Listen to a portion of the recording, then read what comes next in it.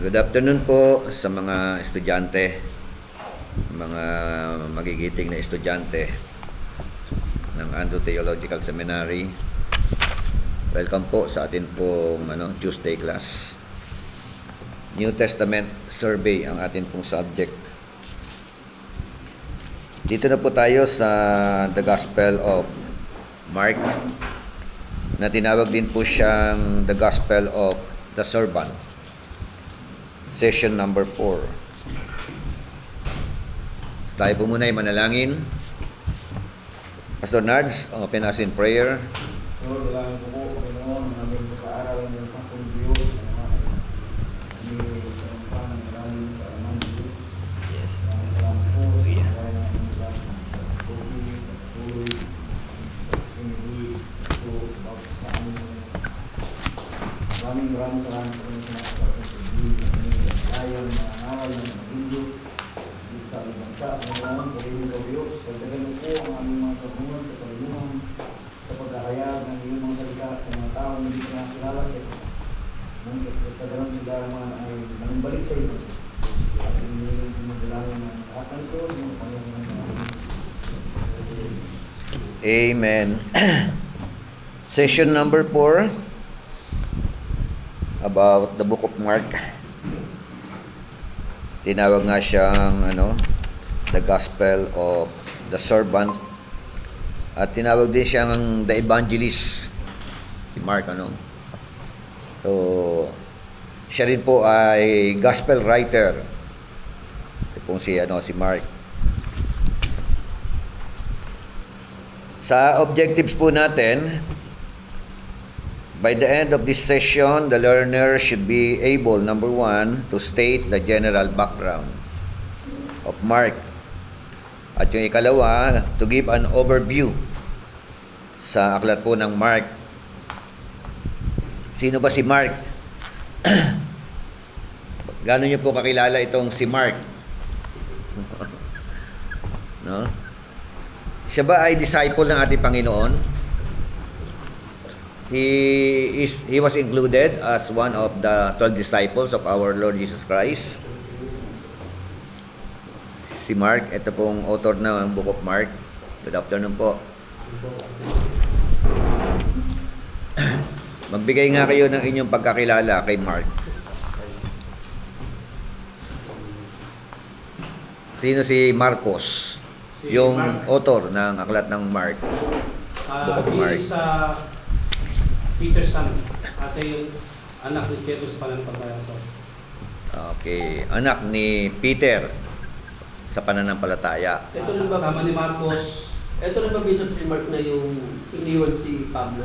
Alam daw yun na Ayun Yun. sila. Yeah. John. Sabi, no? sabi nila Ito yung kasama sa sa first missionary journey. Kasama po siya ni Magkakasama sila ni Barnabas at saka ni Paul. Alalay nila si Mark. Bata pa 'yon eh. Kaya nga yung chismis na yung siya daw yung naging mala si Jesus ng yung 5 at saka 7. Ito daw yung batang may baon. Yun Oo, ganoon. Yun ang sinabi nila eh. Hindi sure. ngayon ko lang ngayon ko lang na-encounter 'yon na Unsure siya yung unsure. Hindi, na ano lang. yung bata, no, baka Yung bata. pwede, no, baka bata pa siya noon, tapos Oo, alam ko hindi ako liwala sa iyo. no.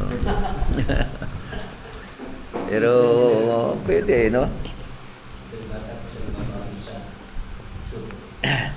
Pero hindi po siya kasama sa 12 disipulo. Hindi po.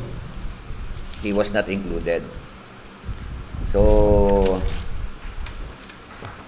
siya yung yung run away, no? Takbuhin din siya, no? Noong una takbuhin siya, no? Runaway servant. Kasi siguro sa kanyang pagiging bata, no? At sa aklat din po ng Mark, makikita po natin doon, yung pakibasa nga yung Mark 14, 51 to 52. Mark 14.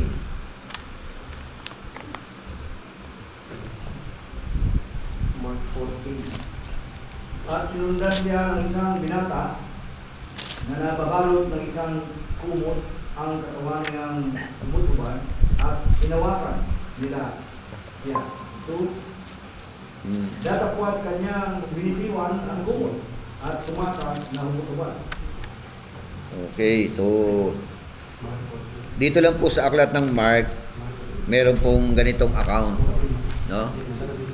Sabi roon sa English version, a young man was following him, wearing nothing but a linen sheet over his naked body. At anong ginawa ng mga tao? And they seized him. No? Sinunggaban siya? At sabi ng 52, but he pulled free of the linen sheet and escaped naked. So, para makatakas siya, iniwan niya yung kanyang balabal. Diba? Kaya nangyari, tumakbong hubot-hubad. Ito si ano. So, ayon sa mga scholar, si Mark yan, yung author ng Book of Mark. Walang account niya sa John, sa Matthew, sa Lucas. Walang kwento na mayroong binata na tumakbo, na hubot-hubad.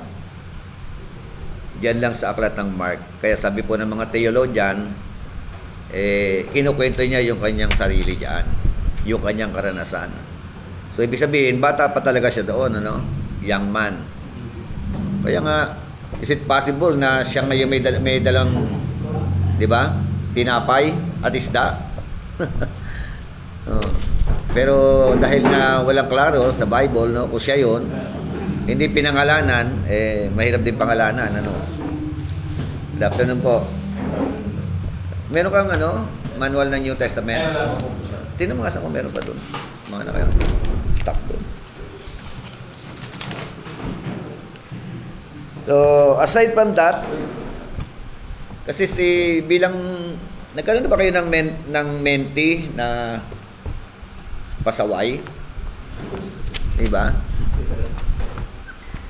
Dati yung aking mini-mentor, si Pastor John Paul Ped, talagang ano yun, sabi nga ng mga pastor na nakakasama namin, bakit mo pinagtsatsagaan yan?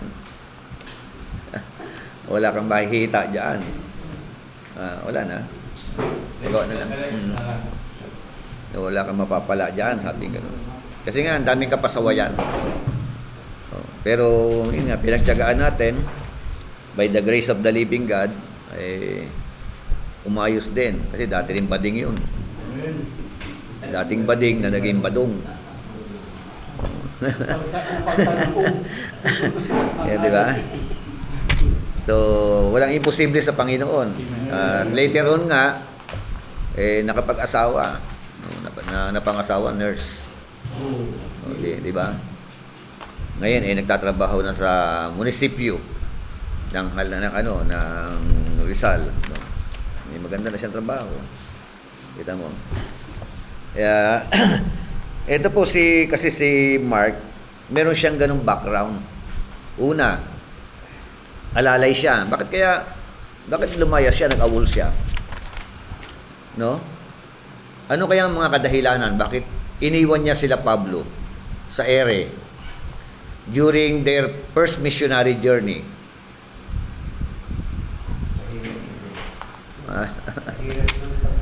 Isang record ba lang niya, yung iniwan niya si Pablo? May record ba tayo niya, nang iniwan si Pablo? Iniwan niya si Pablo? Na iniwan ni Pablo?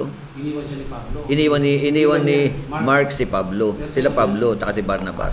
Sa aklat ng mga gawa. Namaya, papasadahan natin. Aklat ng mga gawa.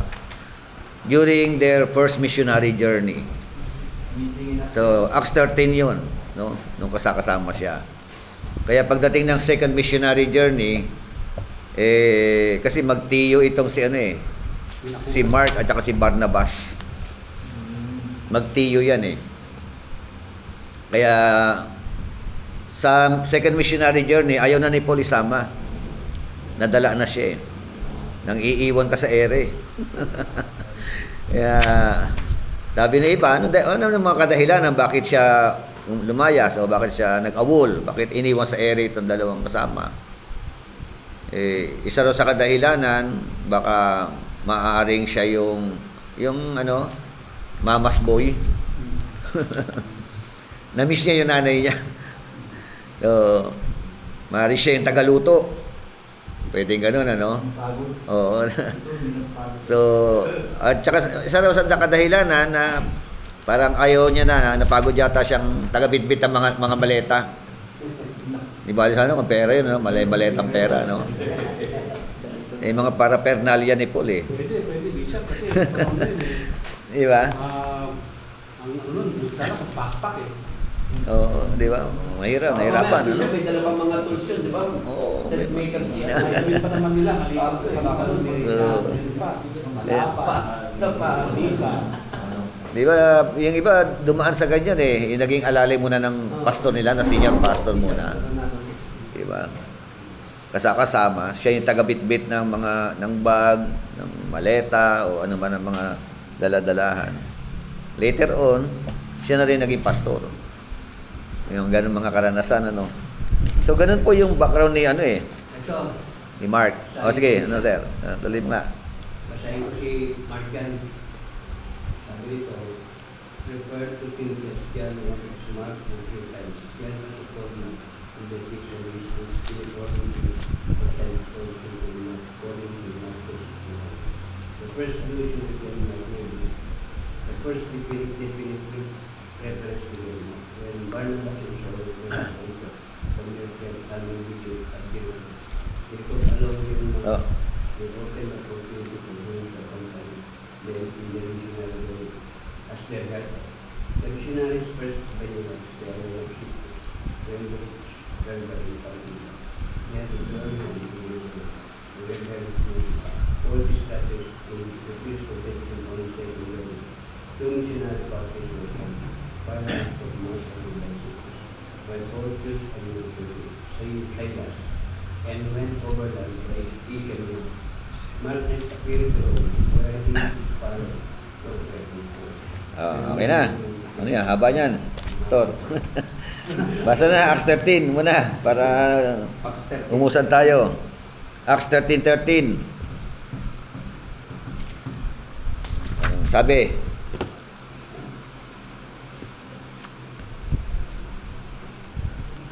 Basa, Acts 13:13. Now Paul and his companion put out to sea from Paphos and came to Perga in Pamphylia. But John left them and returned to Jerusalem. Oh, but John, no, Left them. No? Anong ginawa? Umuwi, no? Ano no, nagbalik sa Jerusalem. John Mark yun eh, John Mark. Kasi John, di ba?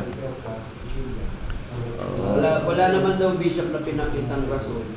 Pero ayon daw sa mga historian, Ang scholar, ang suggest nila na mga posibilidad. possibility. Bakit umayo si John Mark?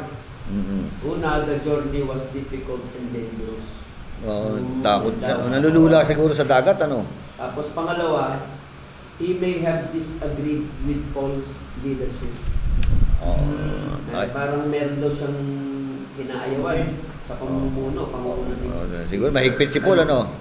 Baka medyo mahigpit si Paul. Pero binabasa ko, Bishop, diba sabi at kunin mo si Marcos kasi kailangan ko Oo. dito. Ayun. Siya na eh. Later on yun. Later on na yun. Kasi kaya nga umayos nga eh. Kaya nga, una pasaway. Kaya nga, ano pa mga dahilan? Nalulula? Yung sinabi niyo po, yung homesick. Homesick, pwede, no? Or family concern. Mm. Kasi nakatira pala sila dun sa Jerusalem. Yan yung mga Hindi possible. kaya ano to? Mga possible. Hindi kaya itong departing na sinasabi rito eh, yung paghihiwalay, wala namang masamang intention, kundi talagang paalam siya. Ano ba? Eh, problema nga hindi nagpaalam eh. Maraming departing na sir. Hilip eh. Iniiwan niya eh.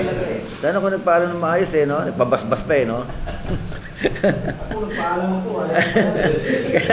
O, di ba? Kaya nga no, sabi noong mga sinaunang pastor, pag umalis na sa church na hindi ka nagpaalam, coverage sa'yo, mawawala.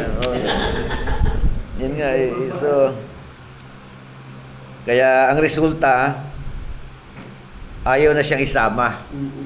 No? Sa Acts chapter 15, verse 37 hanggang 38. Yun natin. 15. Pangalawang journey na ito eh. 15, 37 to 38. And Barnabas determined to take with them John, whose surname was Mark. But Paul thought that good to take him with them. So departed from them from Pamphylia and went not with them to the work. Oo, kita mo, no? So, hindi kayo nagdebate pa rito si Barnabas, ano, tsaka si Pablo. Sabi nga, Barnabas wanted to take John, called Mark, along with them also. Gusto pa rin ni Barnabas no? Isama. Pero sabi ni Paul, but Paul kept insisting that they should not take him along who had deserted them in Pamphylia. Wag na, sabi ni Paul, no? Pinilit niya talaga, no? Kaya para merong discussion talaga na nangyari sa dalawa, no? Dahil kay Mark, no? Kasi iniwan tayo niyan, doon sa Pamphylia, no? Hindi na sumama sa atin. Sabing gano'n, no? Iniwan tayo sa gawain. Kaya yun ang desisyon ni Pablo. At yun ang naging cause ng hiwalayan ni Barnabas. 15. 13. Acts 13:13. Bishop. Oo. And there occurred such a sharp disagreement. Oo. May lumutang talaga ng... Nagdebate na talaga sila. Occurred such a sharp disagreement. Di ba? Occurred such a sharp disagreement. Di ba? Yan mo, madalas may gano'n, no? Yung naipit ka. Dalawang leader, tapos maninimbang ka Kasi nga, sabi ko pamangkin kasi ni Barnabas, etong si Mark. No? Kaya hanggat maaari, gusto niya pa ring i-lift up, gusto niya pa ring Pero yun nga, sabi ni Paul, ayoko na.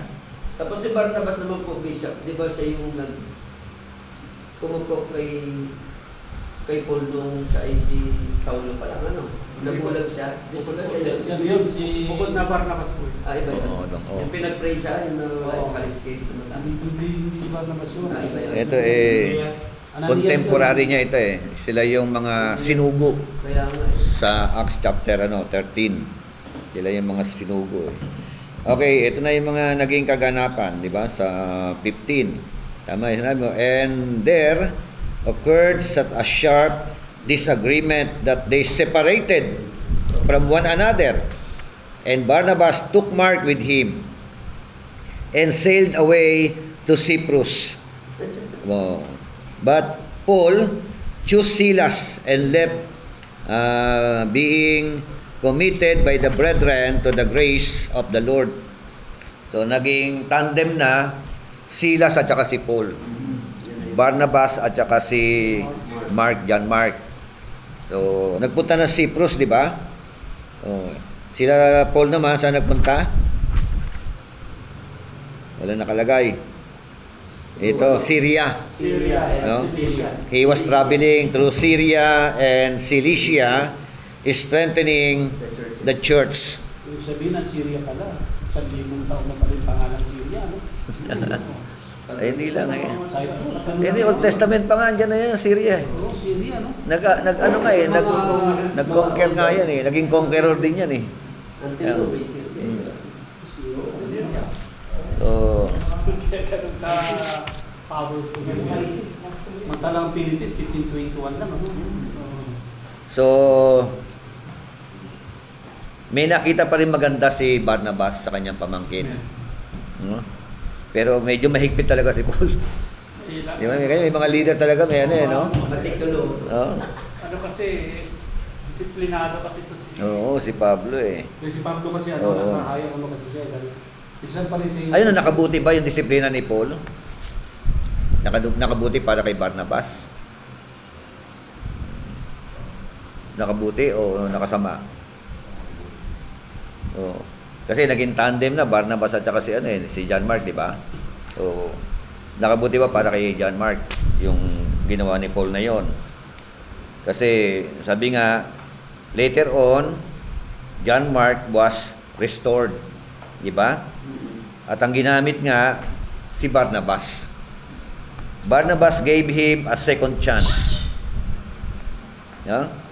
So, at matapos yun, nahubog na rin siguro, umayos na rin, lumago na, nag-mature na rin. Diba? Kaya, later, sabi ni Paul sa 2 Timothy 4:11, basta nga po 2 Timothy 4:11,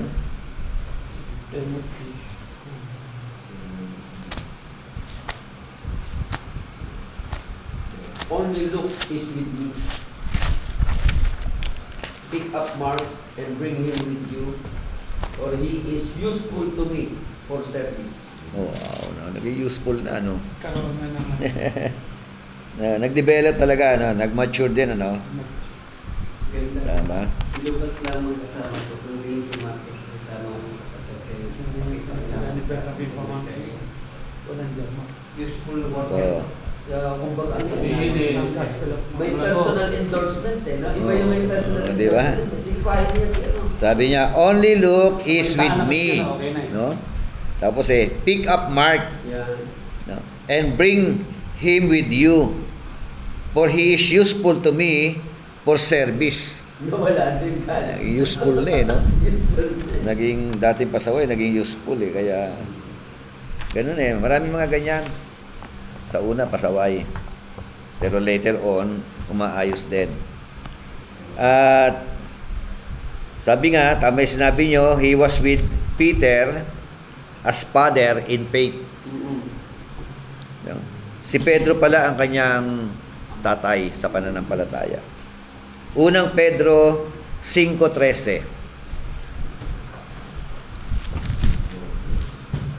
1 Peter 5:13.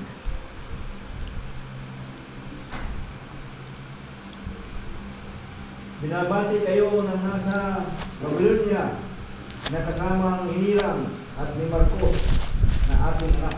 Oh, ni Marcos na aking anak. Diba? Kaya nga, according to Papias, yung preaching ni Peter became Mark's gospel. No? Ito po, yung Book of Mark na ito, yung mga ano rito, kasi naging ano niya, mentor niya si Peter Although walang Gospel of Peter, pero ang pinaghugutan pala ng mga turo, mga letter na sinulat ni Mark mula sa bibig ni Pedro. Saka yung mga Diyo, Di ba? So, and tradition said, the guy who pled, no? The guy who quit, and the guy who failed, died dragging streets for Christ later on. Yung takbuhin, di ba? Yung bang failure, di ba? Quitter, later on, binwis niya yung kanyang buhay. No? Ayon o dahil sa kanyang pagsunod sa ating po Panginoon Jesucristo. Ayon sa tradition, ano? Kasi sa Bible walang nakalagay kung paano namatay si Mark. Diba? Unlike ni James, no? Chapter 12 ng Acts. Nakita natin doon. Si Stephen, nakasulat kung paano namatay, di ba? Pinagbabato. Oh. Pero si Mark, wala po. Tradition lang po yung may sabi, no? And of course, we respect tradition, but don't treat it like the scripture. No? Ayon sa tradition. Balikan natin yung manual natin. Introduction. The book of Mark with only 678 verses. 678 verses. Maikli lang kasi, di ba? Ito na po yung tinatawag na shortest and simplest of the four Gospels.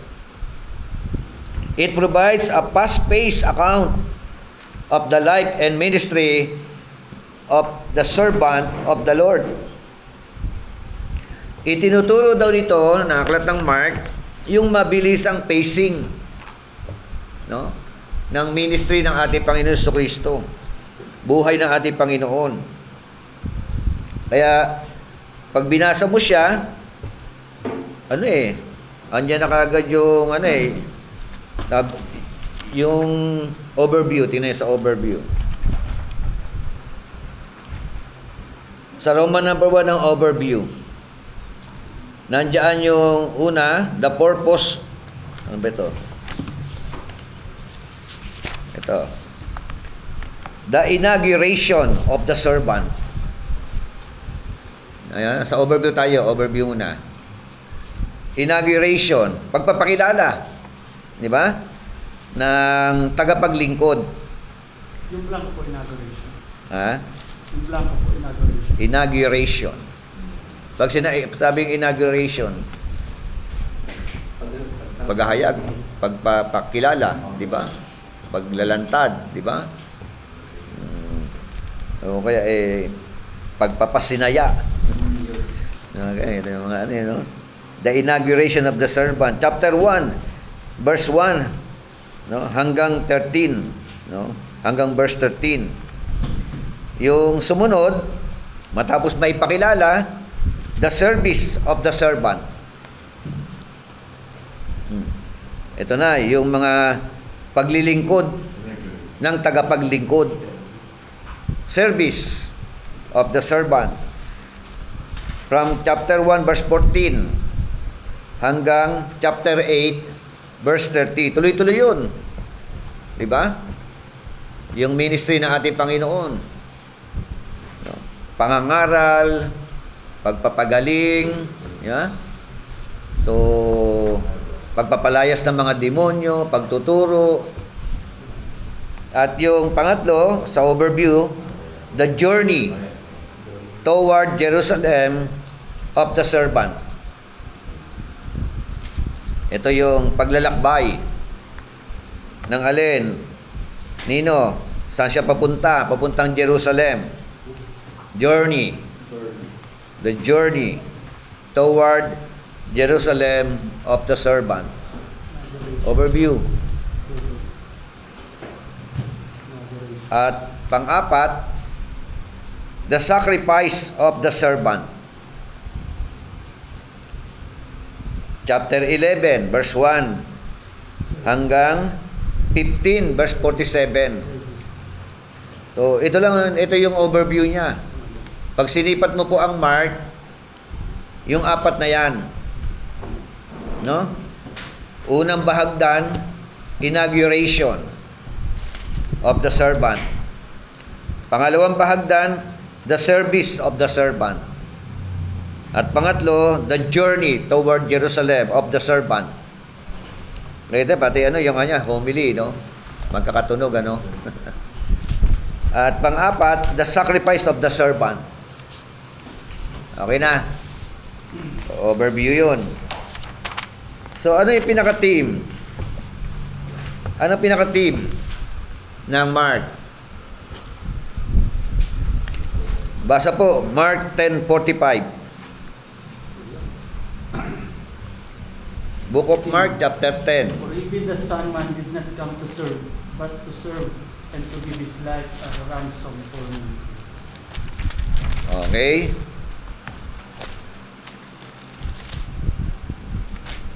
Tagalog nga. Sino ba may Tagalog? Datapwat siya ay Yan. ibalik at pinasimulang ipamalitang mainam at ipinahayag ang nangyari ano pa't hindi na makapasok ng hayag si Jesus sa bayan.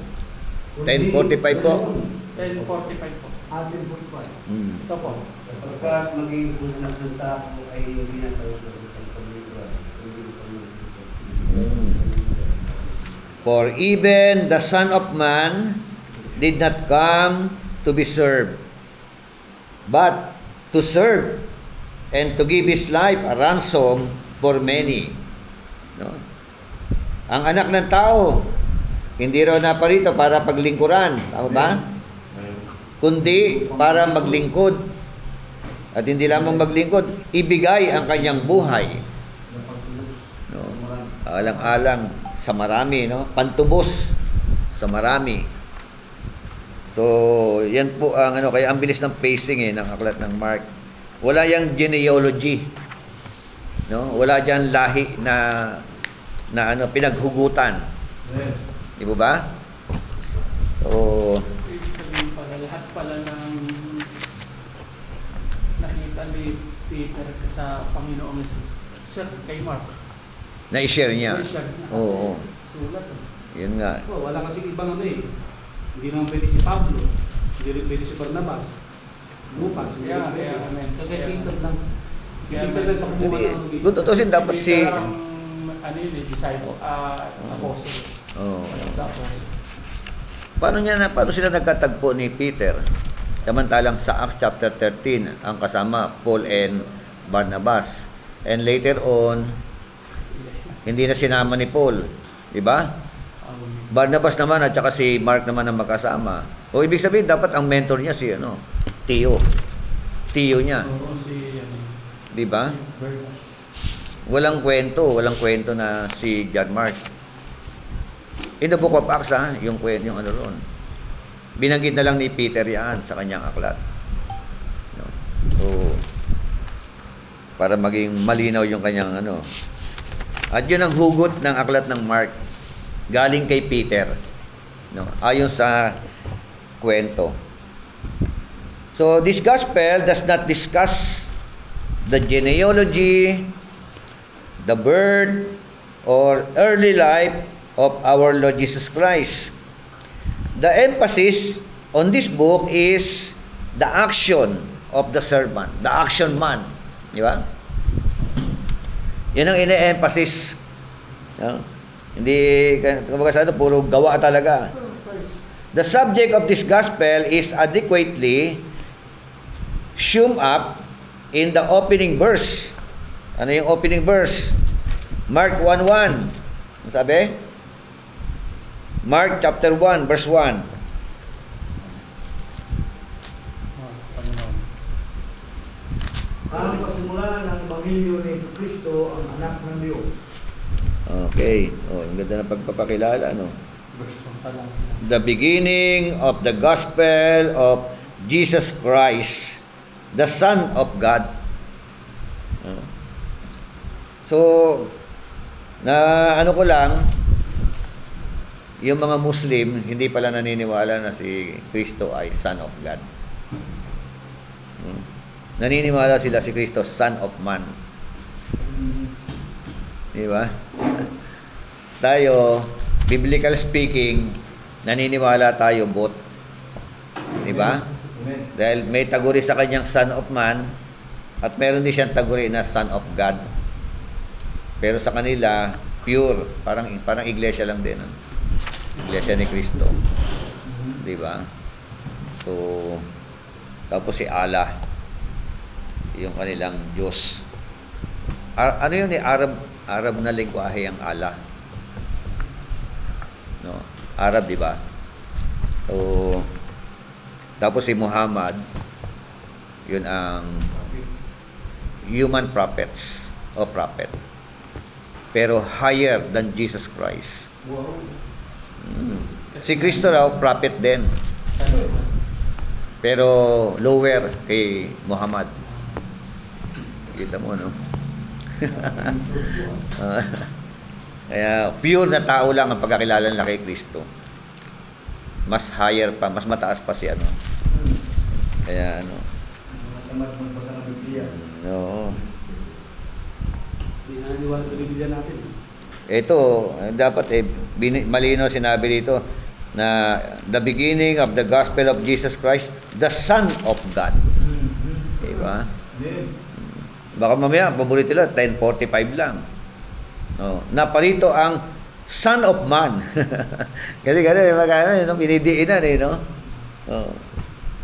Hindi para paglingkuran, kundi para maglingkod at ialay ang kanyang buhay sa marami. No? Pantubos sa marami. So the person of Christ dominates the narrative throughout its course. His works are the chief source of interest, and his death and resurrection in Jerusalem bring the story to a thrilling climax. General background. Authorship and date. Technically, the book is anonymous and the title, Kata Markon. Yung title, Kata Markon. Ibig sabihin ng salitang Kata Markon, according to Mark. Kata Markon. Was added later by a scribe sometime before AD 125. However, both the external and internal evidences are sufficient in identifying the author as John Mark. So, sino pa si Mark? Mark was a son of Mary. Anak siya ni Maria. Diyan daw, based up kung bakit daw nagkakilala si Mark at saka si Peter. Nung naka-escape si Peter sa prison, yung pinuntahang bahay na yon, bahay ni mama ni Mark yun, si Mary. Oo, bahay ng nanay ni Mary, nanay ni Mark. Opo. Oo. Kaya pala ron, dahil kalalabas pa lang ni Peter, alam niya talaga yung bahay nila Mary, yung mama ni Mark. Kaya pala meron talagang kasi yung bahay nila Mark, yun yung gawaan ng gawaan ng prayer. Doon talaga doon. Oo, may gawain. Kaya daw, sabi ng...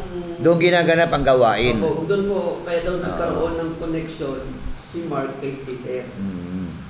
Dahil nga parang disciple ni Peter yung mga parents niya, at the same time, Naturuan niya na rin. Oo. Nagabayan na rin. Yun po nakita. Kaya pagdating nga po dito sa sinasabi sa 1 Peter 5:13, sinabi niya, my son. Oo, di ba? Tinawag ng Dito, anak. most Christian and scholars understand this as a term of spiritual affection. Ayon kay Mr. Meaning Peter saw Mark as a close So, disciple. sinong Mary ito? Sinong Mary? Kasi, Maraming Mary sa daming Mary, Si Mary, the mother of Jesus Christ. Kasi Ang Mary apat na Mary nandito siya. So, ito si Mary, the mother of John Mark. Ito yung Ano sabihin na si Mary Magdalene. Peter was the main leader in merong Mary Magdalene, di ba? Mary Oo. Magdalene. Mary na Maria na Oo. Church Christ. So, si Mary, nakasama na kapatid ni Martha, kapatid ni Lazarus. Mary pa rin yun, di ba? Apat na Mary yan Kaya, kaya hindi dapat mapagkamalan yung Ito daw pong nanay ni Mark, she was a woman of wealth and position in Jerusalem. Mayaman, may kaya. At meron din daw pong yun nga, merong magandang posisyon.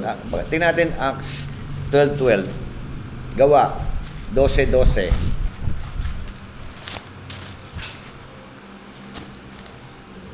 At nang siya ay magkapagnilay na ay nakaroon siya sa bahay ni Maria na ina ni Juan. Yun. May pamagat na Marcos. No, Na diba? kinaroon ng Clear. maraming katipon sa nagsisimbalangin. Amen, di ba? O, yan. Pinakita niya And when he saan na ba yan? 12 ba? Tama ba? 12. And when he realized this, he went to the house of Mary, the mother of John, who was also called Mark, where many gathered together and were praying. Amen, di ba? Tapos nga pagdating ng verse 13, when he knocked the door of the gate, a servant girl named Rhoda came to answer. When she recognized Peter's voice, because of her joy, she did not open the gate, but ran in and announced that Peter was standing in front of the gate. No, di ba? Kasi alam niya na nakulong. Kasi merong mga naging kaganapan. Ang una po, na-persecute si Santiago. Sino Santiago yun? Yung chapter 12 verse 1 hanggang verse 2. Basa nga muna 12, 1 and 2 ng Acts. Ang panahon ng Neon ay iniunat ni Herodes ang kanyang mamay upang kahirapan ng ilan sa iglesia. At pinatayin niya sa tabak si Santiago na kapatid ni Juan. Oh, di ba? And he had James, the brother of John, put to death with a sword. Oh, di ba? At nung nakita niya na natuwa yung mga Jew sa ginawa niya, diba? Anong sumunod? Sa verse 3, when he saw that it pleased the Jews, he proceeded to arrest Peter also. Now, it was during the days of the unleavened bread.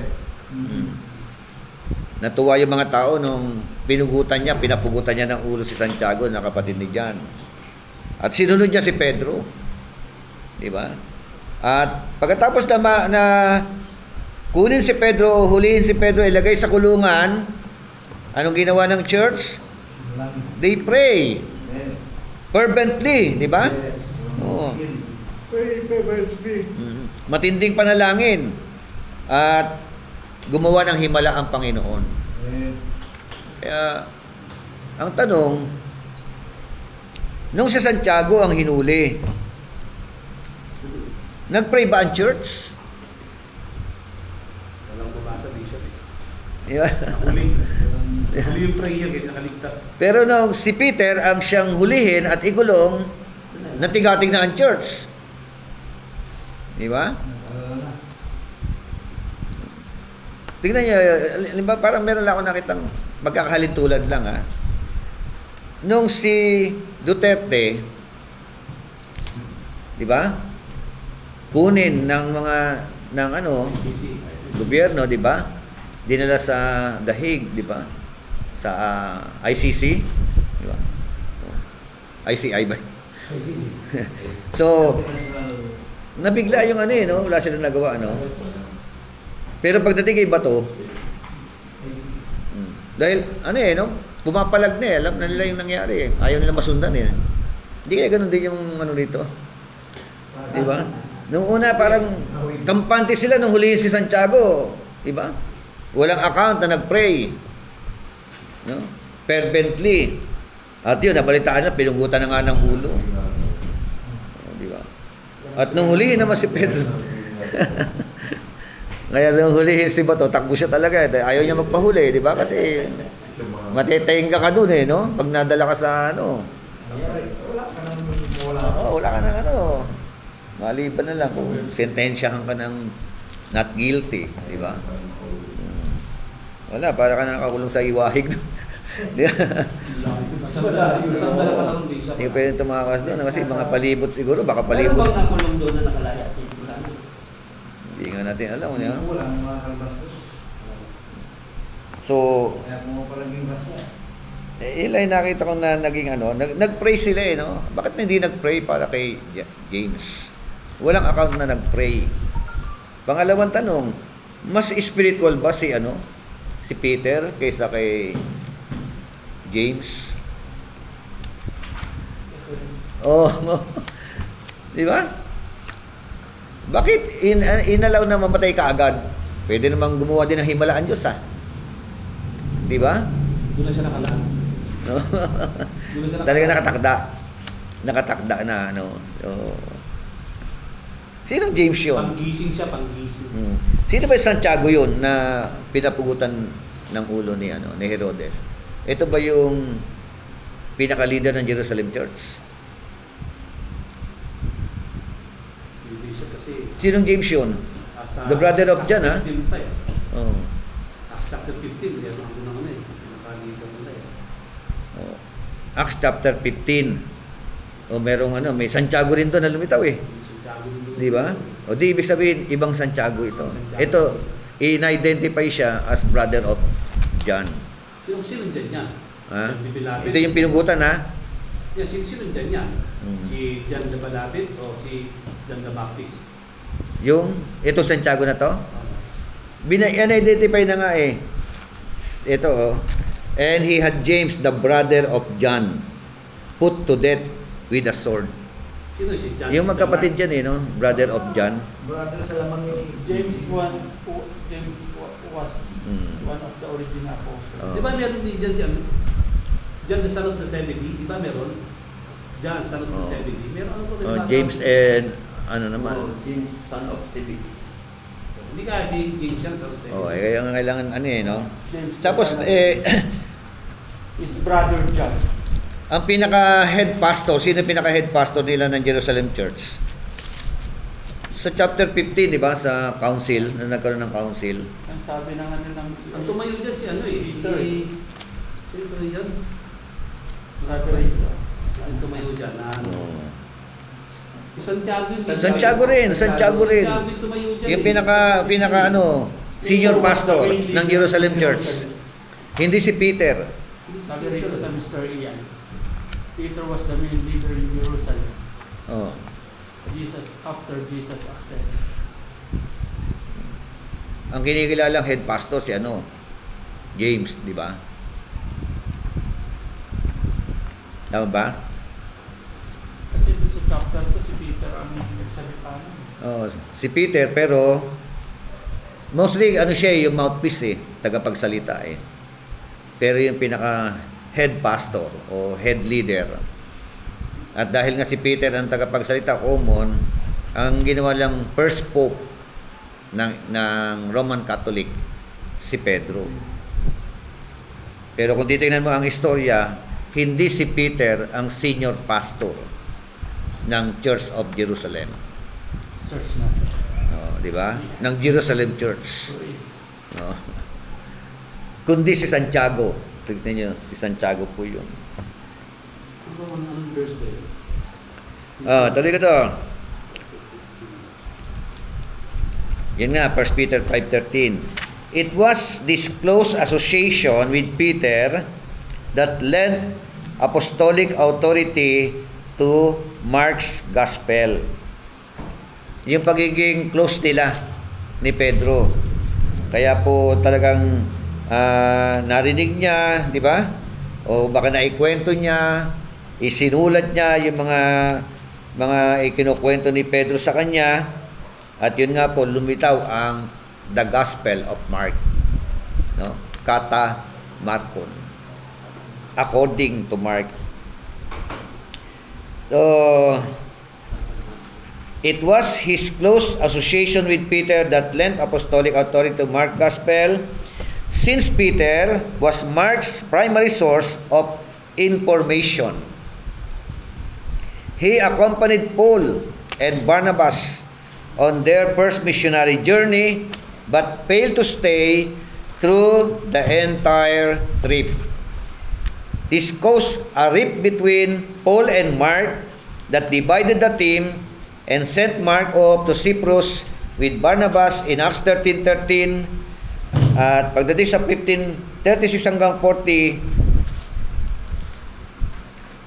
nag-iba na yung tandem. Di ba? Ang naging magkasama na Paul and Silas, second missionary journey. Okay? At si Barnabas naman at saka si John Mark ang siya naging magkasama, magtiyo na ang naging magkasama. 12 years later, he was with Paul again. Paglipas daw po ng 12 taon, 12 years balik siya kay Paul. Basta nga po Colossians 4:10.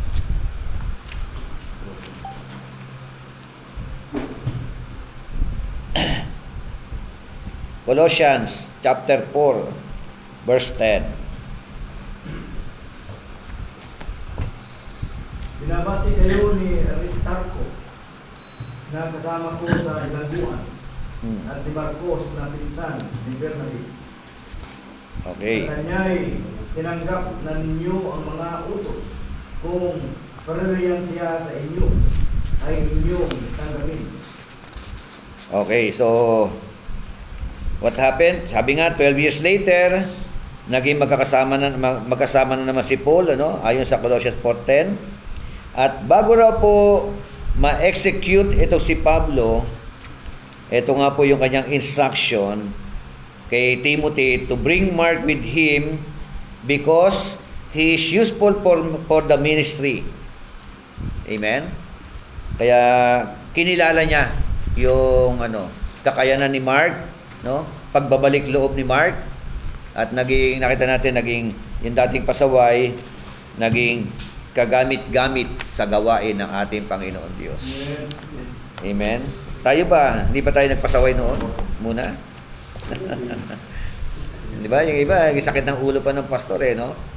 Mayroon mga ganun. Pero pinagtiyagaan ng pastor. Amen. At awa ng Panginoon, kinaawaan ng Diyos. Kaya naging useful na sa gawain ng ating Panginoon. Useful. Ating pasaway. So since Acts written by Luke was approximately written around AD 62, and the source of the Gospel of Luke is Mark. Ang source daw ng Gospel of Luke, si Mark naman. Parang kumuha siya. No, marami siyang nakuhugot kay Mark. Kasi pare-pareho silang mga no? Nauna talaga yung Mark. Tama? 81-25. So this could have been written in 50s or very early of 60s. Mark's audience could be directed to a Roman readership, and early tradition indicates that it originated in Rome. Ano yung purpose? The purpose of Mark is seen as basically pastoral. Pastoral. The Christians in Rome had already heard and believed the good news of God's saving power. Romans 1:8. But they needed to hear it again with a new emphasis to catch afresh its implications for their lives. He wanted to encourage the Roman Christians to the nature of total discipleship as they see anew the person and power of the resurrected servant of the Lord. Basa po Romans 1:8. Una sa lahat, nagpapasalamat ako sa aking Diyos sa pamamagitan ni Yesu Cristo dahil sa inyong lahat, sapagkat ang inyong pananampalataya ay binabalita sa buong daigdig. Amen. So, ito yung kasi ang kaligayahan ng isang pastor, no? Yung makita mo yung mga tupa mo, yung mga nasasakupan mo, yung mga miyembro mo, na mga nagsisilago sa gawain ng Panginoon. Nagmamature, nag-i-improve. Di ba? Yung pabait na pabait. Di ba? O payaman ng payaman. Di ba? So, kaligayahan mo yun kalungkutan mo naman kapag nakikita mo yung mga tinuturuan, tagal-tagal na sa gawain ng Panginoon, pasaway pa rin. Diba? Diba? Sakit pa rin ang ulo. Diba? Diba? Minsan ganun kung kailan matagal man, yung natagal na, pero immature. Yan naman magano tagal na sa gawain. Minsan nauunahan pa ng mga bago, yung mga bago, ang bilis ng paglago bilis ng pagbabago. So, pero grasya pa rin ng ating Panginoon. Amen? Katulad ni Mark, nakaranas ng grasya ng ating Panginoon Diyos. At ang lundo ng kanyang buhay, Mark was willing to risk his life for the sake of his relationship with our God. Okay, tuloy natin para makasan tayo. The Gospel of Luke. Tinawag po itong the Gospel of the Son of Man. Ito po ang niya. The Gospel of the Son of Man. Introduction. Ang Luke daw, the Gospel of Luke is the most comprehensive of the synoptic. It is the longest book in the New Testament for its 24 chapters. At meron siyang 1,151 verses. Nakwenta Ang Matthew, meron po siyang 1,071 verses. O ilan ang lamang? To compare sa kay Luke, 900 plus. ha? 900. 900 plus ang lamang. 900. Kay John naman, meron siyang 878. No? Verses. Pero ang book of Matthew, ilan ang kapitulo? Chapter 28, di ba? Ang book of Matthew. 28. How about ang book of Luke? Ilang kapitulo? 24. 24. Pero dalawang case. Pero mahaba ang mga pagkakasulat, ano? Ito 28 pero lang. Oo. Eh ang book of John, ilang kapitulo? 178 lang. Eh, Verses. hindi, yung kapitulo 21? 21. 21 chapters. 22. 21 lang. 21. Oh, kaya pamilya lang tayo, no. Ang book of Mark, ilan? Ilang chapter? 16. Di ba? 16 chapters. So, in the first 2 chapters, the author begins with a prologue and stories concerning Jesus' birth and childhood. So, dito may narrative po ng tinatawag na birth ng ating Panginoon, childhood, ano? At saka, the nativity story in Luke contains much information not found in Matthew, including several hymns and an account of John the Baptist's birth. Oh, ito po, merong hindi ka makikita kay Matthew, di ba? Ano yung mga yon? Yung mga hymno, di ba? Mga yung account ng yon? Birth ni John the Baptist. Wala yung kay Matthew. Pero kay Luke, meron. And finally, the author gives material in the resurrection narrative quite different from that in the other Gospels and the only Gospel that describes the ascension of Jesus Christ. Describes the ascension of our Lord Jesus Christ. Amen? Yung pag-akyat niya sa langit. Di ba? Kasi magkadugtong po ang si Lucas din ang author ng Book of Acts. So, paano siya naging, di ba? Samantalang hindi naman siya first-hand disciple. Sino ang father of faith ni Luke? Kung si Mark, ang father of faith niya, si Peter. Si Luke naman, ang father of faith ni Luke, si Paul. Di ba? Mga mentor, mga minimente yan ni Paul si Timothy, Titus, si Luke, meron matindi si Paul, meron siyang Luke the physician. Doctor yan Doctor by possession.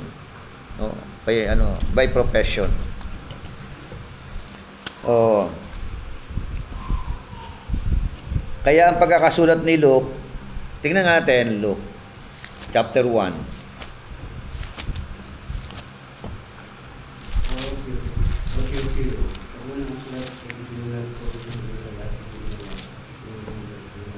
Luke chapter 1, Bishop. Ano man? Marami ang nagpilit mag-ayos ng isang kasaysayan noong mga bagay na nagganap sa gitna natin.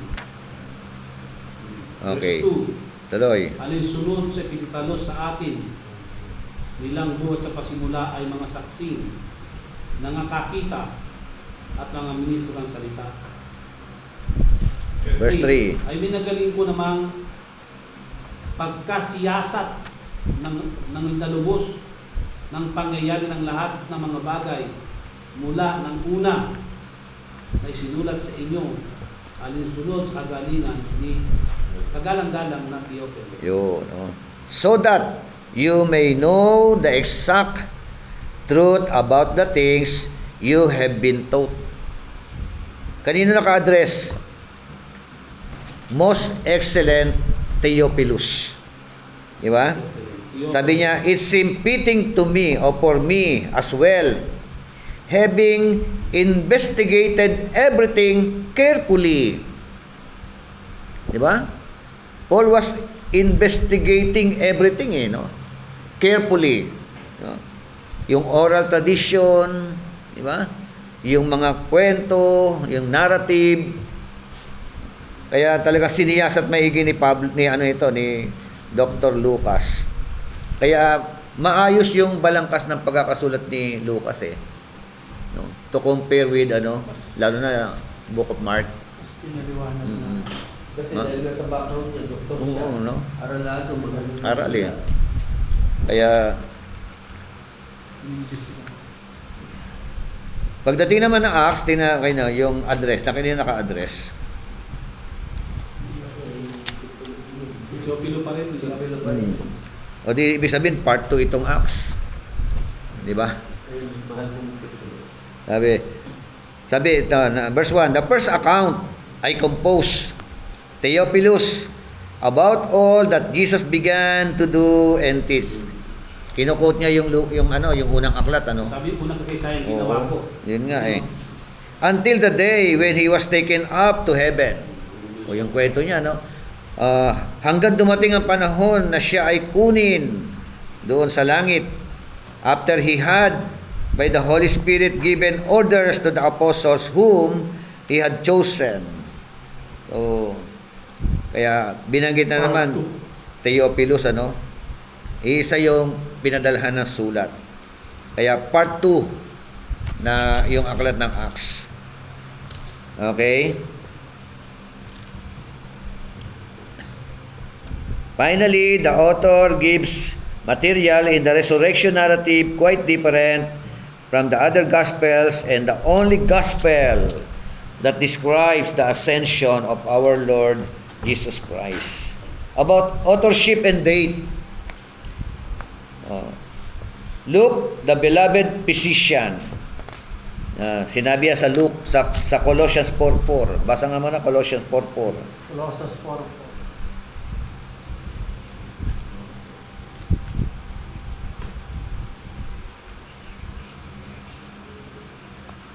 Panalangin din ninyong may pahayag ko ito ng buong linaw gaya ng nararapat.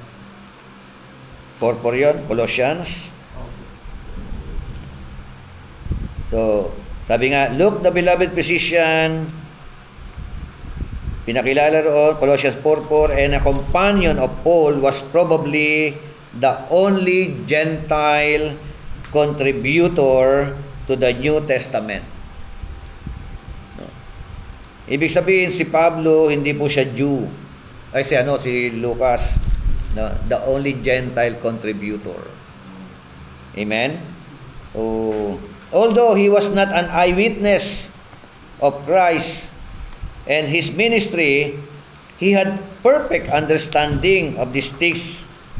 Bakit? Because he had carefully investigated everything from the beginning. Hindi po siya kasama sa unang mga disipulo. Gentile pa siya. Pero ang tanong ay bakit ang ganda ng kanyang pagkakasulat? Maayos ang balangkas. Sabi nga ng verse 3, because he was carefully investigated everything from the beginning. So, very little is known about Luke except for his ministry with Paul's martyrdom. Tradition says that he was from Syrian Antioch, remained unmarried, and died at the age of 84. Binata din siya, Hindi rin nag-asawa. Na-impluwensya ni Pablo? Nagmana rin sa nag-disciple sa kanya. Si Paul nga. Para single mga single sila Bishop Piato na. Kasi sa Singles for Christ Ministry. Kaya tinabot ang 80 rin nag-asawa kasi nabisi siya sa pagsalisik Puro research nakalbo na Siguro na. May napag-iwatik na sa anak. Talagang binigay niya yung buhay niya. Binigay na talaga yung Lucas 4:14 po yun. Tsaka nakapokus siya nun. Tapos siya kaya parang wala na siya. Wala na siya. Lucas 4:14 po. 4:14. Opo, sa Okay. Lucas 4:14. Tama po ba, Pastor Jackie? Colossians 4:14 po. Colossians 4:14 pala. Ayun pala binasa natin kanina. Tama ba? Instead na Colossians 4:4, Colossians 4:14. Mali naman tayo. 4:14. Sige. Sige, Namamusta rin basa. sa inyo sa Demas at minamahal nating manggagamot na si Lucas. Yun, minamahal natin, beloved Ano physician. kayang ano nito ni Lucas? Ano kaya ang specialty niya? Special nila. General medicine. Oo. Diba? Iba naman kasi ang doktor nun eh. Ang doktor kasi nun tapal-tapal. ng mga ano. Ano? Pinaka-doktor ng araw eh. Wala naman ano. Kepweng, mang kepweng. Ganun lang. Laga mo Ayan, to. may stethoscope na kaya siya, no? Baka wala pa, ano kaya, ano, no? Mga herbal yan. Herbal yun sa kanya. Ugat ng kahoy. Masuog-suog. Ano yung Mang kepweng. Oo, kasi ganun ang doktor ng araw eh. Yung mga doctor yung ginseng, mga herbalist sila eh. Herbalist ng araw ng ano, mga doktor. Tsaka, ano, hindi naman ganong sakitin ng mga tao, no, ano? Pero hindi siya kaya na, Hindi rin. ano sila, sabihin, may lagtat ka, may sakit ang ngipin, pero sila mga ginagawa Kalaban yan eh. mga pamamaraan. May cancer na din kaya doon? Yung mga cancer, ano? Kasi ngayon, mostly, no? Sa pagkain, ano? Siguro bisyo sa pareho, wala pa masyado. Oo. Mabihira. Karamihan doon tumatanda. Di ba? Sabagay, si Alexander the Great namatay sa ano eh, kagat ng lamok eh. Dengue. Malaria, bishop. Di ba? Na malaria eh. So, oh. Ayan ha, 84 ang edad niya, no? Nung namatay siya. At siya raw po ay single.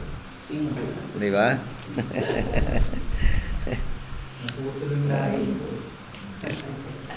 Okay. A probable date is AD 58 hanggang 60. Since a companion volume, Acts was supposed to be written AD 61 hanggang 63. No? Sabihin, mga naisulat na ito bago dumating ang 70 AD. Kasi 70 AD, yan ang mga Holocaust talaga eh, matinding ano eh, di ba? Persecution ang nangyari sa kanila eh. Before yun, kasama nga dyan sila ano, sila Pablo eh. Okay, purpose. The Gospel of Luke has two purposes. And Luke states his primary purpose in the prologue. Ano na po yung primary purpose ng aklat ng Lucas? Nasa chapter 1, verse 1 hanggang verse 4. So, ano yun? Tingnan nyo nga kung ano yung primary purpose.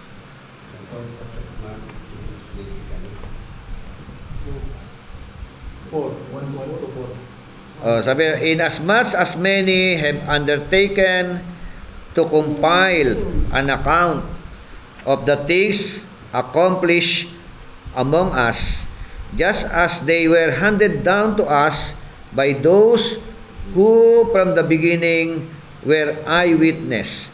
Tingnan nyo talagang nag-investigate siya, no? Tapos sa verse 2, yung aklat na ito, meron po mga nagano sa kanya, nagkwento. Inimbestigahan niya talaga. Nag-research talaga siya. Although hindi po siya eyewitness. No? Ibig sabihin, sa ministry ng ating Panginoon Jesucristo, hindi niya alam yun. Diba? Yung kamatayan ng Panginoon Jesucristo, hindi niya nakita yun. Puro kwento. Kwento ni Mark kay Luke. Oo. At si Mark naman, ang nagkwento sa kanya, si Peter. Oo. Si Peter ang associate talaga. Eyewitness talaga si Peter. Ang ginawa bishop ni Lucas, hindi lang si Pablo ang kanyang kinausap. Maraming Maraming source, kumbaga. Marami siyang source. may oral tradition, di ba? Grabe yung pagkaka- May research. Grabe, gumugol talaga ng panahon. Nag-google talaga siya eh. Kumbaga sa ano, hinanap niya talaga yung mga parang Oo. matatanda pa na nag-iwan. Oo. Pero sa Ano verse ba talaga nangyari? Nakita mo ba talaga? upang lubusan Oo. sa Sino isang ba matiyak talaga? ang Ano katotohanan. sinabi? Oo. Makakasalita ka ba ng ganyan kung hindi Handed mo- down to him eh, no? Pag sinabi, Nino, yung mga eyewitness. Parang tanungin na naman yan. Doktor, di ba? O dugo. Ano? May pagka-journalist din siya eh, no? Dahil sa nature din Writer, no? Parang ano, writer, ano? Kasi di ba mga doktor, inaalam yun ba saan nagaling yung sakit? bakit Oo, ganito? di ba? Baka doon yan eh. Saka ano, Bishop, nag-ano rin ng ano yan. Gumagawa rin sila ng mga gamot nilang herbalist na anong klaseng gamot ba? Hindi, yung kwento nga eh, yung kwento niya, matindi ang pagkakakwento niya eh. Mas detalyado nga kaysa kumpara doon sa ibang Kasi yung author kaya eh. naging mas detalyado siya kasi, halimbawa, ikaw, ma-witness mo talaga, ako sabi niya. O, pati genealogy, di ba? Oo. Kapag nakausap niya na, hindi pa siya maghahanap ulit siya ng, Oo. sino din nakasama mo nun, ganon. Tapos pag tagni-tagniin niya yun, ayusin niya yun. Kumbaga sa ano, idadrop niya yun. Istorya talaga, yung katotohanan. Galing. Kaya nag-imbestiga talaga siya eh. Nagtanong-tanong siya eh. Ano pong... Si ano, hindi niya sinabi to, sinabi niya ganito. Tama siya. Ganun yan. Oo. Sa mga buo niya. Kaya hindi na nga talaga nakapag-asawa, no? Oo. Basic. Wala sa kahanap ng tao. Nahumaling na siya, Bishop, sa ginagawa niya. Di ba, Bishop, parang ganito yung Bishop, parang ganito yan eh. Investigador pa eh, no? Kung gusto mo malaman ng katotohanan kasi, talagang kausapin mo yung mga tao involved. Oo, di ba? Ano mo talaga? Writer pa. Kaya nga nanda sa kanya na eh. Writer pa, physician pa. Talagang... Kasi yung kay Marcos, din mo parang shortcut yun sa kanya eh. Shortcut nga, eh, mabilisan eh, no? Inauguration. Paano di naman ba? yun, ang pinuhaan niya ng istorya si Peter. Oo. Oo, yun eh. Yun lang siya. Sabi nga, Eh, oh, hindi. mabilisan din yun eh, di ba? Oo, ano yun eh. Agad-agad din yun, hyper yun eh. Maring kinausap na si Peter. Sa- Maring kinausap na si Peter dyan. Just as they were handed down to us by those who from the beginning were eyewitnesses and servants of the word. Diba? At sa verse 3, it seemed fitting for me, sabi ni Paul as well, having investigated everything carefully. Careful. Di ba? Matindi, no? Nag-imbestiga na. Careful investigation pa. Di ba? Kahit na sinabi na ng isa, dalawa na nagsabi, hindi talaga parang estudyante pa ako eh. Ano pa nga ako? So from the beginning to write it out, no? From the beginning to write it out for you in consecutive order. In order pa. Bakit? Maayos na sa No, lisan. di ba? para sa iyo. Di ba? Maayos niya. Balangkas eh. May balangkas. Tapos eto na, no? Ito na yung kanyang sinulatan, ano sabi? Most excellent Theophilus. Bakit dito tinawag siyang most excellent Theophilus? Sa Acts, Theophilus. Hindi tinawag na most excellent. Di ba? Yung sabi, di ba sila promote? Ayon sa history background, Mm. si Theophilus ay isang provider din ng pagnangalap ni Luke ng mga evidence. Si Theophilus. Opo. Ano kumbaga parang financier too. Oh. Yan ang pagkakasabi ng history background. Ay, bakit tinawag na most excellent? Siguro mas... Hindi kaya ano yan? Nagtatrabaho sa gobyerno? Magagaling din ang mga ano, Bishop. Ano yung Bishop? Government employee? Mga magagaling din na Pwede writer. yan, pwedeng isa siya sa mga kuwan, mga ranking. Oh, may rank eh, di ba? Sabi rito kasi Theophilus was a real person, probably a well-educated Gentiles, Oo. Christian, or patron. Sabi nakapag-aral siya. Ayun, pareho. Sabi na yan, agawad. Hmm. Kung sila kapag-aral siya, Oo. may pinag-aralan siya. Oo. Kaya most excellent eh. Mahusay. Maring gano'n. O kaya may matinding katungkulan sa gobyerno. Hindi lang di siya. Pwedeng kundi ganun. Kilala siya na isang tao talaga na may Ay, karakter. Educated. Tama, may katungkulan. A Roman officials or wealthy believer who commissioned Luke writings. Oh. A Roman Official official. or wealthy believer Oh, biro. Mayaman pa. Talagang, who commissioned Luke's writings. di ba? Pag Isang- Theophilus, Pwede Ibig sabihin, kapareho niyan Gentile. Pwedeng Si kapitan. ang Theophilus, Theophilus ibig sabihin po, lover of God. lovers of God. Hindi nung pangalan niya. No. Yan ang kahulugan ng pangalan ng Theophilus. Kasi marami daw nagsasabi ng bishop na itong Theophilus na to, parang hindi daw talaga tao siya. Oo, may mga sinasabi. ibang mga kaya nga. Then ano lang, parang symbolic nga lang daw siya na ganyan-ganyan. Pero prove na ito ay isang tao. Tao talaga yan. Oo. So, doon naka-address. Pagdating ng verse 4, so that you may know the exact truth about the things you have been taught. No? Anong purpose? Upang malaman mo, di ba? Ang purong katotohanan ng alin? Ng mga bagay na naituro ko sa iyo, nasabi ko sa iyo. Amen? So, ibig sabihin magiging isa rin sa tagapangaral niya si Theophilus. Yun nga. Okay. Luke, the beloved physician and companion of Paul, was probably the only Gentile contributor to the New Testament, although he was not an eyewitness of Christ and his ministry. He had perfect understanding of these things because he had carefully investigated everything from the beginning. So, yun nga po. About the purpose. The Gospel of Luke has two purposes. At binanggit na natin kanina yung unang purpose, nasa chapter 1, verse 1 hanggang 4, that he carefully investigated everything from the beginning of Jesus' ministry to write an orderly account for Theophilus, meaning friend of God. Theophilus, ano? Friend of God. Diba? Di yung Abraham, di ba? Ano yung friend of God din si Abraham? Same lang sila ng meaning. So that he may know the certainty of the things he have been taught. A second purpose of Luke is to present Jesus, the Son of Man, who had been rejected by Israel. And because of this rejection, he was preached to the Gentiles as the good news to all people. Ano yung second purpose? Para raw ipakilala ang ating Panginoon Jesucristo bilang anak ng tao. No? The Son of Man. Na itong Son of Man were rejected by Israel. And because they were rejected, the Lord Jesus Christ, yung rejection ay umabot doon po sa mga Gentile yung pangangaral. Amen? Doon nakabuti yung rejection nila.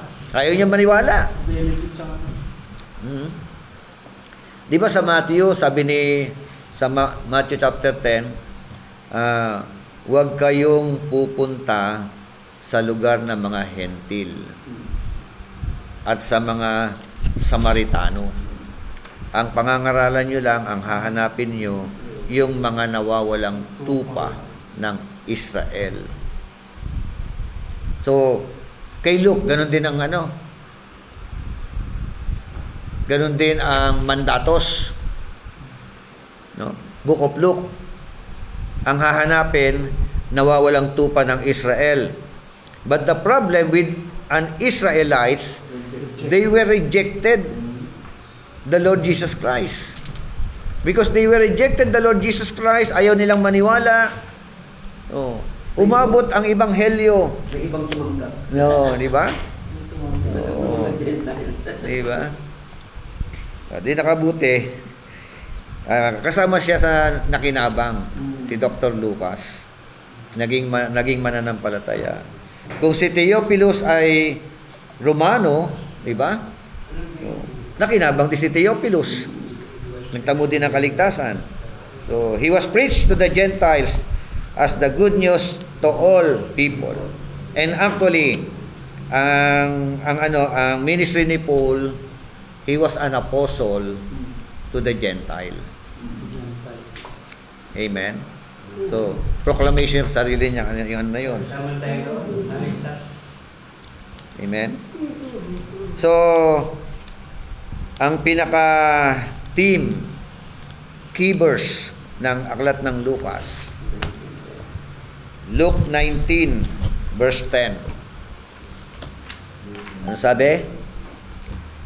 For the Son of Man came to seek and to save what was lost. Amen? Yun ang key verse. Yun ang pinaka-team. Kaya na nakakalungkot, pagka pinipris po ng mga ibang mga pastor, yung pong Luke 19, from verse 1, di ba? Hanggang verse 10. Sino nagiging bida? Si Zacchaeus. Di ba? Si Zacchaeus ang naitataas. Di ba? Na para bagang si Zacchaeus ang naghanap kay Kristo. Sa kwento nila, si Zacchaeus ang nag-take ng initiative para hanapin ang ating Panginoon Jesucristo. Umakyat sa Sycamore. Di ba? No. Pero hindi dapat nakapokus kay Zacchaeus. No? Ang Luke chapter 19 verse 1 hanggang although kwento about Zacchaeus and our Lord Jesus Christ, pero yung katotohanan noon, it is all about Christ that take ng inisyatibo, di ba? Para hanapin at iligtas yung mga nawawala. Isa yan si Zacchaeus sa mga nawala. No? Kaya Bakit yung kakabaliktad niya hindi siya? madalas, di ba? Sabi nila magkaroon ng Pananampalataya ni Zacchaeus, pagpapakumbaba ni Zacchaeus, parang ganun naging puntos pananampalataya ni Zacchaeus, pagpapakumbaba ni Zacchaeus, although siya ay isang BIR tax collector, di ba? Chief tax collector, di ba? Yan yun. Mas na itataas na rin pagka yung pangalan ni Zacchaeus. Ayun, sabi ron He entered Jericho and was passing through, and there was a man called by the name of Zacchaeus. He was a chief tax collector, and he was rich. Zacchaeus was trying to see who Jesus was. Yan, di ba? And was unable because of the crowd. For he was small in stature. Pandak kasi yan. Pandak. Kaya, anong ginawa? So he ran on ahead and climbed up into a sycamore tree in order to see him, for he was about to pass through that way. Verse 5, when Jesus came to the place, he looked up and said to him, Zacchaeus, hurry, and come down, for today I must stay at your house. Di ba? Dapat yan bigyan ng pansin, kung umakyat ka na sa puno, di ba? Sino ka ba? Pero tingnan natin, binigyan ng pansin ng Panginoong Jesucristo si Zacchaeus. Amen? Possible si Zacchaeus lang ba nakakit sa puno? Di ba? O, di ba? Siya lang Hindi na yan. Yung ano na yun. Siya lang taga-bishop, mga kabaket ko. Oo. Kasi yung puno ni matinig. Ha? Siya lang talaga? Kasi siya lang talaga. Kasi pagka nag-uusyoso ka, napipihanap ka talaga ng, di ba? Pag mayroong big event Kasi di siya, ba? ano kasi siya, sabi nung maliit kasi siya, kasi anong gawin niya? Hindi talaga niya makikita. Oo nga. Puro matatangkad yung iba Siya. Kaya, Pero ang pag-asa talaga. siya lang kaya talaga yung nasa puno, umakyat. Oo. Minention lang siya talaga. Personal mention lang. Kasi seeking. Di ba? Oo. Hirap ng bishop yung matinig na So, dahil nga Zacchaeus, sabi, iba yun nung tinawag, talagang personal na mentioned by his name Swerte nga ni Zacchaeus, Bishop. Oo. Saka, out of nowhere, Bishop, and God looked up. Oh, Jesus looked. Ibig sabihin, ano, Oo. ang tao pag naglakad, pag may tao nang dala-diretso, hindi ka makita. Alam ni Lord. Oo, di ba? Tama, ano, no? He looked up tapos Pag nakita siya, halika. paano niya nakilala? Kaya nga, yun naman Paano niya nakilala? Eh, siyempre. Diyos siya eh. Baka may ID. Kaya doon Ayun dito, eh. kasi may ID, baka tumakas na sa trabaho. And he hurried and came down and received him gladly. So when they saw it, they all began to grumble and saying, he has gone to be the guest of a man who is a sinner. Ano, bakit? Ano? Hindi ba sa matutuwa niyan, isipin mo? Uh, Sikat yung tao sa panahon na yun. Bato sikat tao ko, ang nagsura nito. Isang tawagin ka, paano ko sa bahay mo? Ba, talagang matutuwa ka. Di ba, ano? Kaya sabi ng mga tao, bakit pumapasok siya sa bahay ng nung makasalanan? Jew ba siya, sa Zacchaeus? Hindi. Ay, Jew? pero sinabi nga eh. Jew din siya, Jew. Oo, anak din siya. Sabi nga. Kaya lang sinner. Jew siya, Tax collector eh. pero Ay, malay-maleta rin ang pera Ano niya. ba siya? Maraming pera yan, kasi cheap tax collector eh. Di ba? Kaya nga sinabi nga niya na, kung ako man, babalik ko sa kanila. Nandadaya sila. Nandadaya Sinabi talaga. niya, Di ba? Kung may dinaya man ako, Oo. babalik ko ng 4 na May dinaya talaga siya. Kaya nga, dahil hindi niya naman, meron nga dinaya. BIR yan siya, BIR. So, tapos natin basa, verse 8, Zacchaeus stopped and said to the Lord, Behold, Lord, half of my possessions I will give to the poor.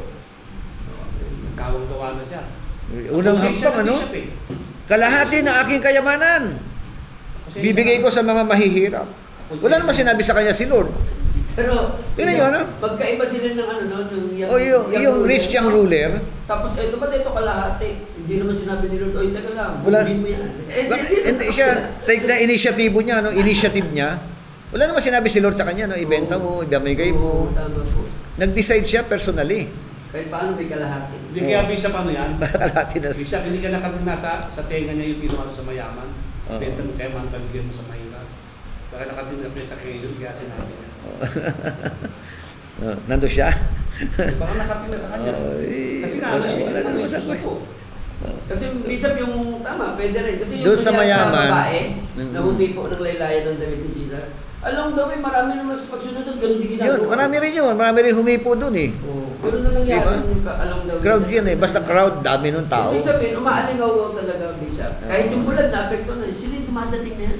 Si Jesus Kasi tunog na kasi yung pangalan Oo, ni Jesus. eh. magagamot to. Oo. Sabi ko ni Papagaling. Jesus, Sabi sasabi sa sa amin amin. Maawa ka, pakatingin. So, half of my possessions I will give to the poor. And if I have defrauded any one of anything, I will give back 4 times as much. Sana ganun ang mindset, ano? Ito yung true repentance. Eh, ngayon eh, di ba? Obvious na eh. Di ba? Guilty na eh. Beyond reasonable doubt eh. Di ba? Ayaw pa rin umamin. Kaya nga tinawag sa Diba? makasalanan kasi nga. Kaya nagkakagulo-gulo ng tuloy sila eh, no? Masyado kayo siyang kurap na. Mm. Kaya makasalanan siya eh. No. So, kalahati ng kanya kayamanan bibigay niya. Tapos sabi niya, may kasunod pa. Kung may dinaya ako, no? Ang lakas ng loob niya. Kung may nadaya ako, anong gagawin niya? I will give back 4 times. Eh, tsak naman may dinaya siya. Di ba? Apat na ibayo. Oh, dinaya, kung meron akong nalamangan, 1,000, gagawin kong 4,000 yun. O, gano'n, ano? 4 na ulit, ano? Hindi siya natakot, no? Oo. Hindi naya kaya yan. Sabi ko, Meron? O... may dinaya di diba? Eh di, swerte yung mga nadaya Ibig niya. sabihin, yun nga lang, kung maalala ko pa ng Lord kung sino yun. Sa nanay. Hindi. Siguro, kung sino mag-claim. Di ba? Pero wala siguro... Parang Tapos, gano'n. bisa pag gagawin lang niya, Alam niya kung sino siguro ba siya dinadaya, puro mahihirap. Oh. Kaya pag nagpunta sa kanya, ito na lang. Kaya tama sinabi niya, ibibigay ko yun sa may hirap. Oh. Okay na yun. Ano na yun, no? Siguro isa yun sa... Yung kalahati ng aking kayamanan. Diba? Kasi kung mayayaman, may tatalino na yun Tatalino rin yun eh. Hindi mo na malalamangan yun. Ito malalamangan mo kung mahirap. Oh, kaya, tapos sa verse 9, and Jesus said to him, personally kay Zacchaeus, today, salvation has come to this house, because he too is a son of Abraham. Biological, son of Abraham. Hindi sa Christ. Biological. So tama, Bishop, yung key na hinanap talaga yung mga tao. Sana pa Abraham Anak lang na mga Israel. Oh. Ano yan, nakalinya sa dugo. Sa linyada ng ano niya, biological talaga son of Abraham. Ay naging mananampalataya pa. Sinabi niya yun. Di ba? Kasi nagkaroon naman ng spiritual na yung another Abraham naman tayo sa pananampalataya na Oo. Yan, Pero talaga ano yan? sinabihan siya. Linyada talaga yan. Linyada. Pero Linyado yan. ibig ba sabihin lahat ng lahi ni Abraham ligtas? Porque ba ikaw ay dugo o lahi ni Abraham, salvation has come to this house? Siguro, susik lang siguro. Ito sa If you are biologically, no? Biological, dugo ni Abraham, you are saved? Hindi, kasi di ba sabi nga sa Bible, until now, yung mga Jew hindi naniniwala. Ang dami mga Jew na hindi naniwala kay Jesus Christ. Ito susik lang talaga. Joseph Jesus. Ang taksa. Oo. So hindi porket dugo ni Abraham, no? Kadugo ni Abraham, ligtas na. Bishop, yung si Si Zacchaeus. Sa dugo niya ba? Oo. Sa linya. Tsaka- Sabi. Di ba si Jesus Christ ang nagsabi? Oh, dugo ni Abraham, pero hindi yun ang requirements. Hindi na requirement. Oo. Kundi pinakilala tunay na ikaw ay ano na. Ito na lang, i-remind lang siya na talagang bumalik ka lang talaga dahil Sa Accept mo. Oo. Isa ka sa mga kasama sa bituin na sindaming tatawagin. Yun nga, no? Kuminang na. For the Son of Man has come to seek and to save that which was lost. Si Kristo humanap sa kanya. Fulfillment. Di ba? Kaya napunta si Kristo doon Ang dami naman dadaanan Ang dami naman pupuntahan Pero ang naging part Diba? kasi yan ko, parang para mapansin din siya Oh, nagpapansin lang siya, nagpapansin. Kaya pinansin naman ni Christ. Paano nga? Kahit magpapansin ka, kung hindi ka pansinin ni Kristo Kung hindi siya akyat doon, paano siya makikita Jesus Christ? Oo. Tatawag sa kayo, hindi ka At saka ang maganda ng Bishop, yung sycamore tree, maraming sanga, at saka medyo madahon yan. Oo. Saka So, matinik pag yan. may pumasok ng isang tao dyan, hindi mo siya makikita. Pero si Kung madahon, Jesus, oo. alam niya yung araw-araw na may enkwentro niya Kaya talagang nakita siya. Panahon ng pastag lagas yun. Ha? Hindi So, yan. Hindi na pupuntihan doon sa talagang sangang-sanga. Doon na siya sa akyat siya doon sa matinik Pinaka, yun ano, makakaano siya. malaking puno ba si Komoro? Malaking puno. Medyo po siya malaki. Kasi kung malaki O katamtamang puno lang. Hindi siya Katamtaman lang, makakita. Bishop, katamtaman. Hindi siya makakita sa kayo, Bishop. Kung katulad sa Bicol na malaki ang puno. Oo, di ba? Yung, Parang yung bishop yung, alam mo ba yun, yung matinik na, no, na... Search mga kanitsura ng si Komoro tree. Oo.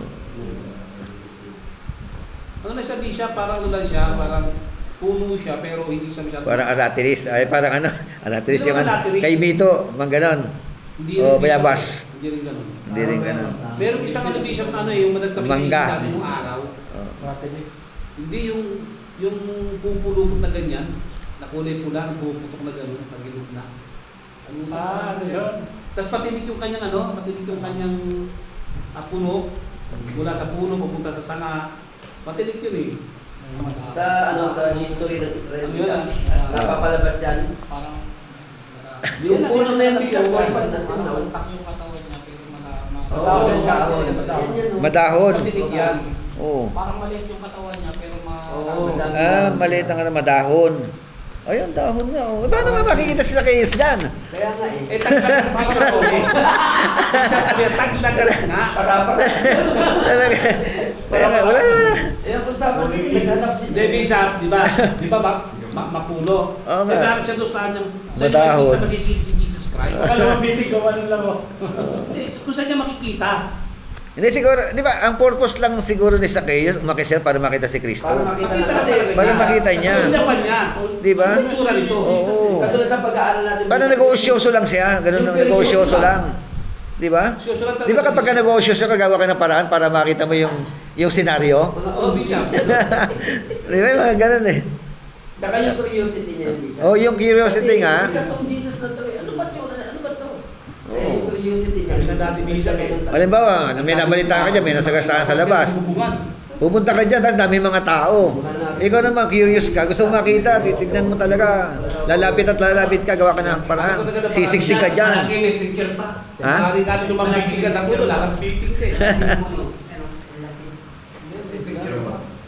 Ano? Yan lang katawan niya. Parang sila lang ng katawan ng ano Bishop. Na kayo dito. Oh, parang Yan na, parang kayo. Pero madahon, ano? Pero mababa, Madahon. Bishop. Madahon. Oo Pero nga eh. mababa. Hindi malaki, mataas na ako. Maliit lang yan. Maliit lang. Bata din na sila. Tingnan mo, tingnan mo. Bata lang eh. Tingnan mo, Ro. American Sika pa naman pala eh. Iba na yan.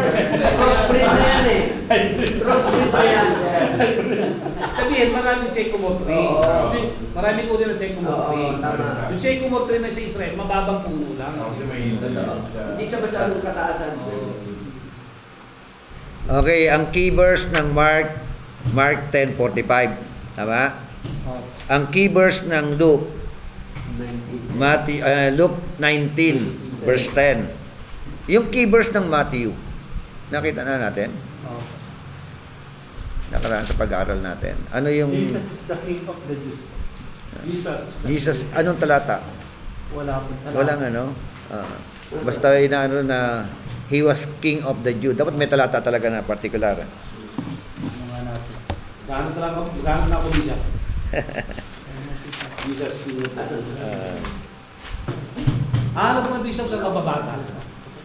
Doon sa ano? Doon sa nakalagay na Jesus of Nazareth, King of the Jews. O sa ano? Oo. INRI. INRI. Parang gano'n yung INRI. Oo. Ibig sabihin ng INRI, di ba? Sabi nila, INRI, Ilocos Norte, Region 1.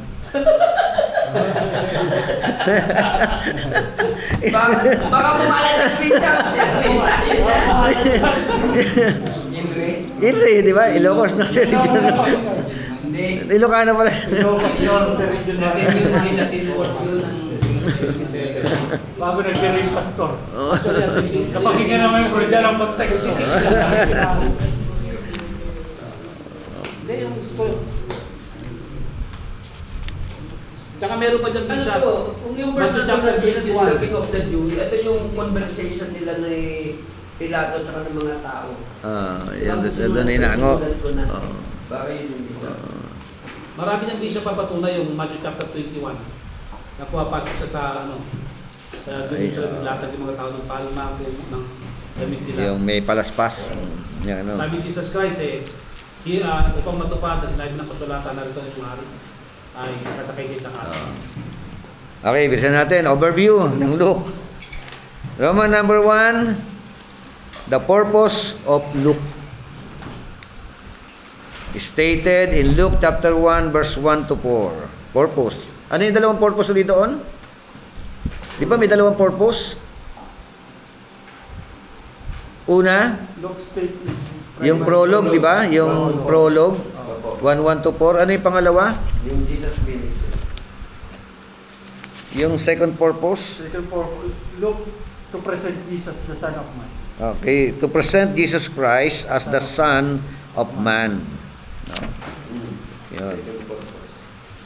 Roman number 2, the presentation of the Son of Man. Yun, yung paghahayag, ano? To present, no? Yung Son of Man. Kaya yung title niya dito sa aklat ng Lucas, Son of Man. Yun. Ano po yung sa unang Purpose, Roman number 1. Number 2, the presentation of the Son of Man. Roman number 3, the ministry of the Son of Man. From chapter 4, verse 14 hanggang chapter 9, verse 50. Roman number 4, the rejection of the Son of Man. 9:51 hanggang 19:27. At Roman number 5, the condemnation of the Son of Man. Aside from rejection, na-reject na nga, pinarusahan pa. Di ba? 19:28 hanggang 23:56. At yung panghuli, the vindication of the Son of Man. Chapter 24, verse 1 hanggang 53. Vindication. Victory, I-N-D-I-C-A-T-I-O-N. Vindication. Ano sa Tagalog vindication? Parang Nakatulad. hindi. Yun. Ano siya, parang kasi parang binasbasan ka, tunayan, parang gano'n siya. Okay. Pagpapatunay. Parang gano'n. Kasi yung una, rejection hindi siya kinilala. At yung sumunod, bukod sa rejection, merong condemnation. Ito yung pagpaparusa sa kanya, pagpapahirap sa kanya. Yun, vindication, pagpapatunay. No? Kaya dito, sa aklat ng Lucas, sabi nga ng pag-aaral natin, dito natin mababasa na merong ascension of our Lord Jesus Christ. May death of our Lord Jesus Christ, merong siyang pagkabuhay na maguli on the third day, di ba? At yung ang pag-akyat niya sa langit. Meron ba na ako dito yung pagbabalik? The coming of our Lord Jesus Christ. So, ayan, nakadalawang aklat tayo, Book of Mark. Okay lang, may overview talaga, Tapos na natin ang Book of Matthew. At susunod po yung atin pong usapan, Book of John. Okay, thank you for your time. Tayo po'y manalangin.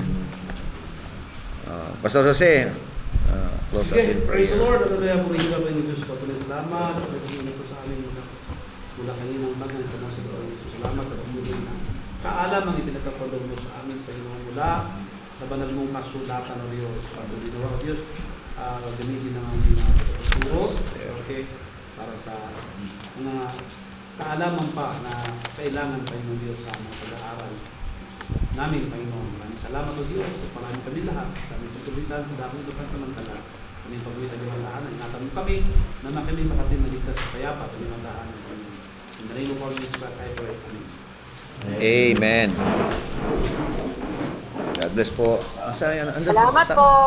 Ayun, God bless. Mga nasa online.